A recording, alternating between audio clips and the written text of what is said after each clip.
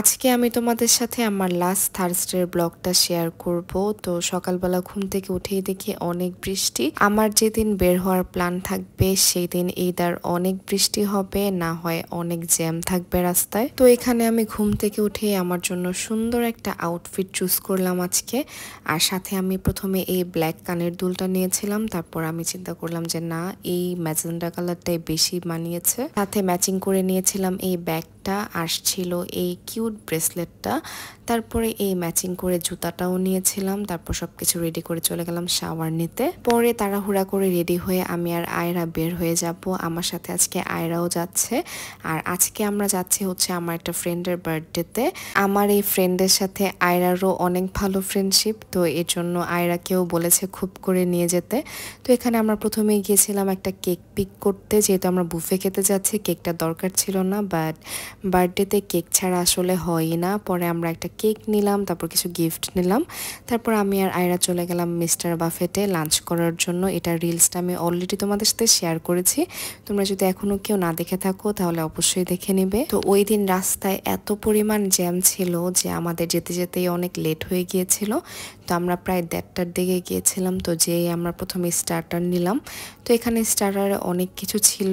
Mister বাফেটে আমি আগেও এসেছি।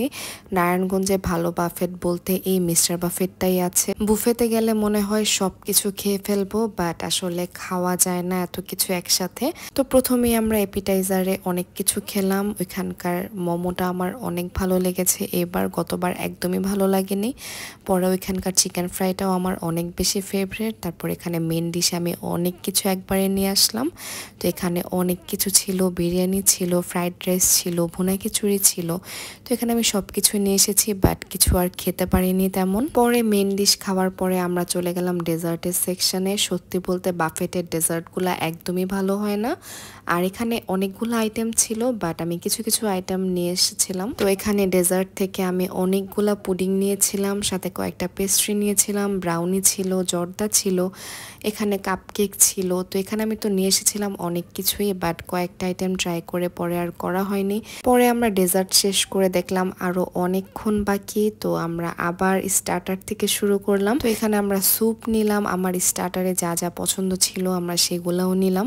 তো এখানে আবার ফুচকার সেকশনও ছিল একটা, ওইখান থেকে আমরা একটা ফুচকাও ট্রাই করেছিলাম, বাট এত বাজে ছিল, টকটা অনেক বেশি টক ছিল। তো যাই হোক, আমরা খালি ফুচকাও কতক্ষণ এনজয় করলাম একসাথে। পরে খাওয়া দাওয়া শেষ করে এখানে আমরা কেক কাটলাম। এমনিতেই আমরা সবাই অনেক বেশি ফুল ছিলাম, বাট এই কেকটাও আমরা অনেক মজা করে খেয়েছি। তারপর খাওয়া দাওয়ার পরে এখানে আমরা অনেকক্ষণ ফটোশ্যুট করলাম।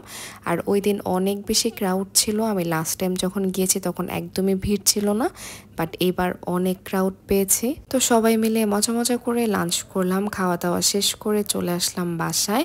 আর বাসায় আসার সময় একদমই আমরা জ্যাম পাইনি, যাওয়ার সময় অনেক জ্যাম ছিল। তো বাসায় এসে বিকেলে আব্বু পাঠিয়েছিল আমাদের জন্য প্যাটিস। ওই দিন যেহেতু একদমই ফুল ছিলাম, তো ওই দিন আমি আর কিছু খাইনি। তো সবাই এখানে মজা মজা করে প্যাটিস খেলো। ওই দিন আর কোনো ক্লিপই নেওয়া হয়নি, এটা হচ্ছে একেবারে রাতে সবাই একসাথে বসে গল্প করছিলাম। So yeah, that was it for today.